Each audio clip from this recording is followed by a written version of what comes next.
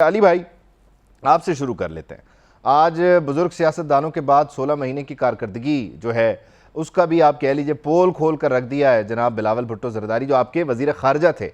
انہوں نے کہا جی آپ انتقام لیتے رہے ہیں، ذاتی دشمنی نکالتے رہے ہیں، خدمت آپ نے کی کوئی نہیں اور آئندہ بھی آپ کا یہی پلان ہے۔ اب آپ 16 مہینے بھی انتقام لیتے رہے اور 9 فروری سے آنورڈ جو آپ کا منصوبہ ہے وہ بھی انتقام کا ہے، تو یہ انتقام لینا کس سے ہے اور انتقام ہی کیوں لینا ہے؟ وہ آپ تو ہمیں بتا رہے ہیں کہ آپ خدمت کے لیے آ رہے ہیں، ہم ایشین ٹائیگر بنیں گے، ہم IMF سے چھٹکارا حاصل کریں گے، تو انتقام لیتے رہیں گے تو یہ سب ہوگا کیسے؟ بسم اللہ الرحمن الرحیم۔ دیکھیں، بنیادی طور پر بات یہ ہے، جو بات بلاول بھٹو صاحب کر رہے ہیں وہ یقینی طور پر آپ نے دیکھا ہے کہ تمام پولیٹیکل پارٹیز جو ہیں وہ اس وقت الیکشن کمپین کی طرف بڑھ چکی ہیں۔ اور دوسری بات یہ ہے کہ اگرچہ کہ ہم پاکستان پیپل پارٹی کے ساتھ اتحاد میں جو ہے وہ اپوزیشن کے اندر بھی رہے اور جس وقت حکومت بنی تو تب بھی یہ مین اتحادیوں میں شامل تھے اور حکومت کی اہم وزارتیں اور اہم عہدے جو تھے وہ پیپل پارٹی کے پاس بھی تھے۔ تو ظاہر ہے کہ اب اگر ہم وہ پارٹی جو ایک دوسرے کے مد مقابل الیکشن کانٹیسٹ کرتی ہیں، وہ جب الیکشن کمپین چلائیں گی تو ایک دوسرے کے اوپر تنقید تو کریں گی، لیکن اس کے باوجود PMLN جو ہے وہ رواداری پر یقین رکھتی ہے اور وہ زبان اور بلا وجہ کی تنقید نہیں کرتی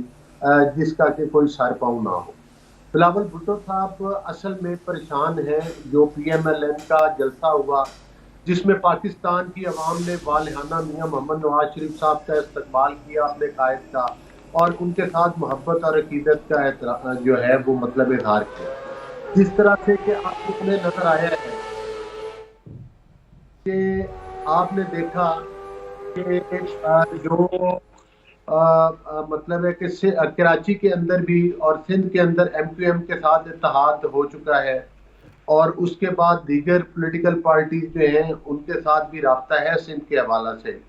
اور خاص طور پر جو پنجاب کی گراؤنڈ ہے اس میں بھی بلاول بھٹو صاحب کو اپنی سپیس نظر نہیں آ رہی،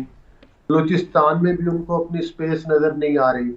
KPK میں بھی ظاہر ہے کہ وہاں پر مولانا صاحب کی پارٹی ہے، PMLN کی پچھلی دفعہ بھی KPK میں نشستیں تھی، اس دفعہ اور زیادہ انشاءاللہ بڑھیں گی۔ تو میں سمجھتا ہوں کہ وہ اپنی جو ہے وہ جو سپیس پولیٹیکلی وہ نہیں بنا پا رہے جس کی وہ توقع کرتے تھے،